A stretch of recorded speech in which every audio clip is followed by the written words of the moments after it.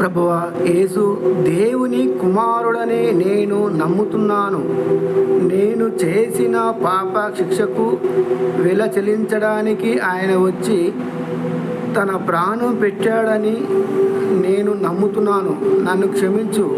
మీరు వాగ్దానం చేసిన నిత్య జీవాన్ని జీవమని మిమ్మును ప్రార్థిస్తున్నాను. నా జీవితంలోనికి వచ్చి నేను తిరిగి జన్మించుటకు సహాయము చేయండి ప్రభువా. ఆమేన్. దేవా నీకు వందనములు. ప్రియదేవా నన్ను నిర్మించావు, వందనములు. సృష్టికర్త నీకెన్నో వందనములు. నీవు చేసిన నీ ప్రాణుల మధ్యలోన నన్ను నివసింపజేస్తున్నావు, వందనాలు. నీ రూపంలోనే నిర్మించావు. నిన్ను నేను ప్రేమించాలని, నీవు నన్ను ప్రేమిస్తున్నానని తెలుసుకునే ఉద్దేశంతో నిర్మించావు. ఆదికాండము 1వ అధ్యాయము 26వ వచనము 28వ వచనము.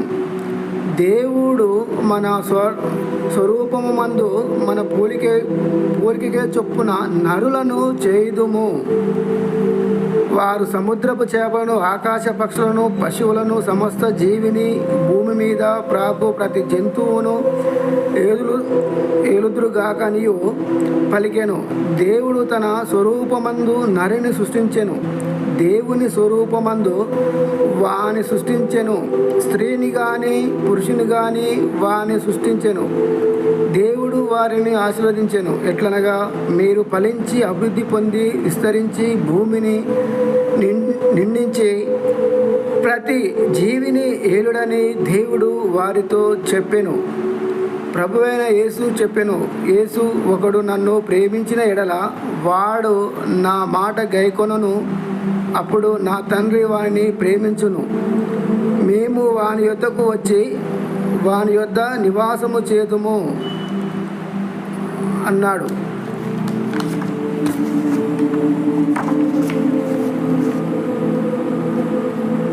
దేవునికి నీ సమస్యలు ముఖ్యం. నీ వ్యక్తిగత కోరికలు, అంతరంగిక పోరాటాలు, ఆర్థిక సంబంధమైన కుటుంబపరమైన సమస్యలు దేవునికి ఎంతో ముఖ్యమైనవి. వాటిని గూర్చి ఆయన చింతపడుతూ ఉంటాడు. మీ పరలోకపు తండ్రి సెలవు లేకుండా ఒక పిచ్చుక కూడా నేలను పడదు అని యేసు ప్రభు చెప్పి ఉన్నాడు. మీరు అనేక పిచ్చుకల కంటే శ్రేష్ఠులు. దేవుడు నీకేమీ సహాయం చేయటలేదు అని మనలోని విశ్వాసం దేవుని ఎప్పుడూ నిందిస్తూ ఉంటుంది.